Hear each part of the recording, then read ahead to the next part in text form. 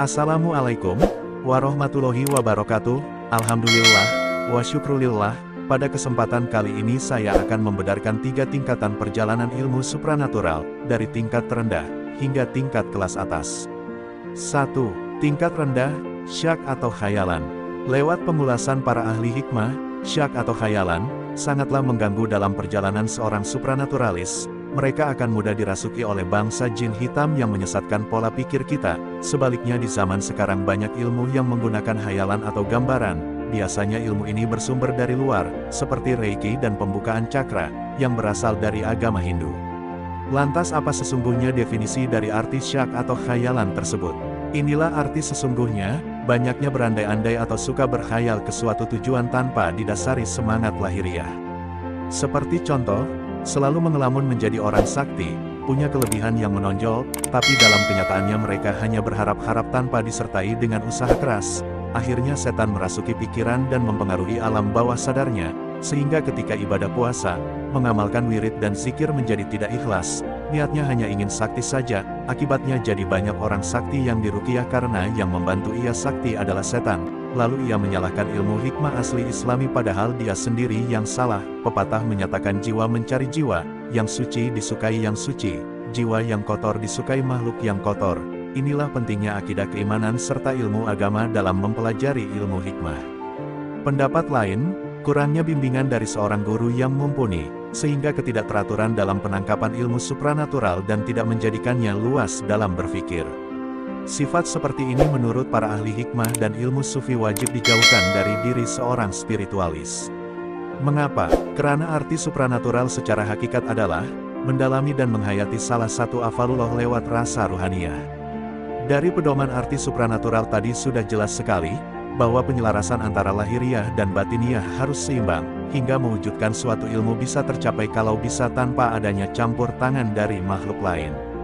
Dengan arti lain, jangan sampai golongan jin hitam merasuki otak kita lewat tipu daya, sehingga kita bisa tersesat sampai keluar dari jalur syariat Islam. Kita juga harus berhati-hati terhadap sebuah isyarat, bisikan atau mimpi bertemu para sesepuh gaib. Seorang waliullah Syekh Hasan Asyadili berkata, apabila kamu mendapatkan ilham, kasyaf, atau isyarat, tapi tidak sesuai dengan ajaran kitab Al-Quran, sunnah Nabi, dan ijma para ulama, sebaiknya tinggalkanlah. Mimpi atau isyarat seperti ini jangan sekali-kali dijadikan pegangan hidup, bahkan harus dijauhi dari khayalan pikiran kita.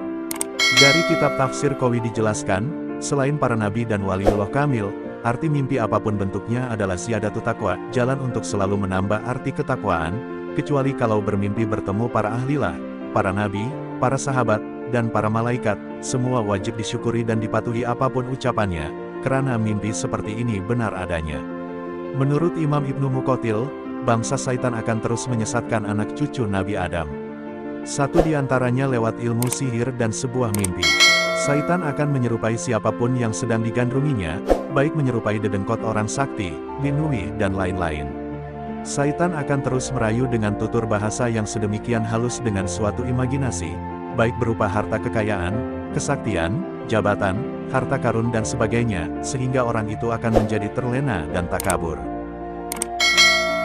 2. Tingkat menengah, atau antara nyata dan tidak. Dalam pembedaran Al-Hikmah, tingkatan seperti ini sudah bisa dibilang supranaturalis.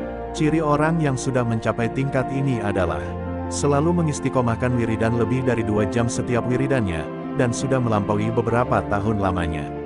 Masih punya guru spiritual zahir, sehingga apapun kekurangan dalam suatu ilmu bisa cepat teratasi, karena adanya pengarahan dari sang guru tadi. Mengenal lebih dari 30% tentang seluk-beluk adat istiadat bangsa gaib, sehingga dalam hidupnya banyak diberi atau mampu berkomunikasi dengan makhluk gaib, menarik berbagai pusaka dari alam lain, sebagai pemberian hibah bukan paksaan atau nyolong dari makhluk gaib. Cara tingkatan seperti ini menurut para ahli hikmah, belum dikatakan mumpuni sebab dalam kehidupannya masih ada sifat kadzib, bohong, yaitu masih dirasuki bisikan, isyarat atau mimpi yang kurang baik dari para jin hitam yang menyesatkan. Kunci utama dalam tingkatan ini harus selalu dekat dengan bimbingan sang guru mumpuni, sehingga apapun perintah dalam menjalankan suatu ilmu bisa dinetralisir dengan keluasan ilmunya. 3. Tingkat tinggi, tahqiq atau benar adanya.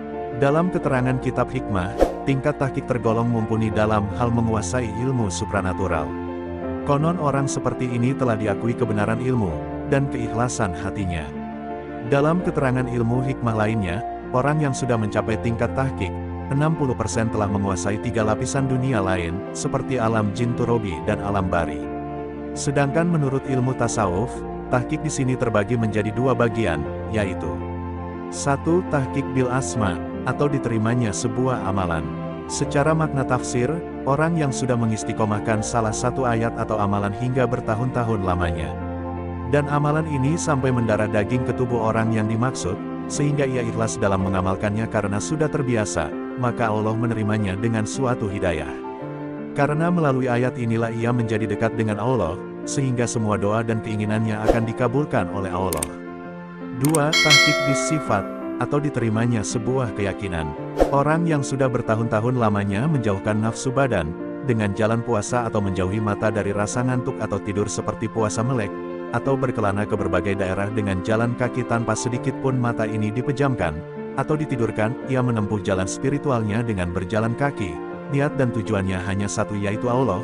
Ada juga yang niatnya untuk mencari ilmu atau guru. Dia menempuh perjalanan jauh tanpa membawa bekal sedikit pun atau uang sepeser pun, karena dia yakin bahwa Allah Maha Rahman, Maha Rohim dan Maha Pemberi rizki. Dari riyadoh seperti ini, Allah memberikan hidayah dengan perantaraan jin muslim, sehingga para waliullah selalu memberikan apapun yang dia minta, baik dari segi ilmu supranatural, rizki, keselamatan maupun isyarah yang nyata dan benar. Itulah sekilas penjelasan tentang 3 tingkatan seseorang dalam mendalami ilmu hikmah. Semoga ada manfaatnya. Wassalamualaikum warahmatullahi wabarakatuh.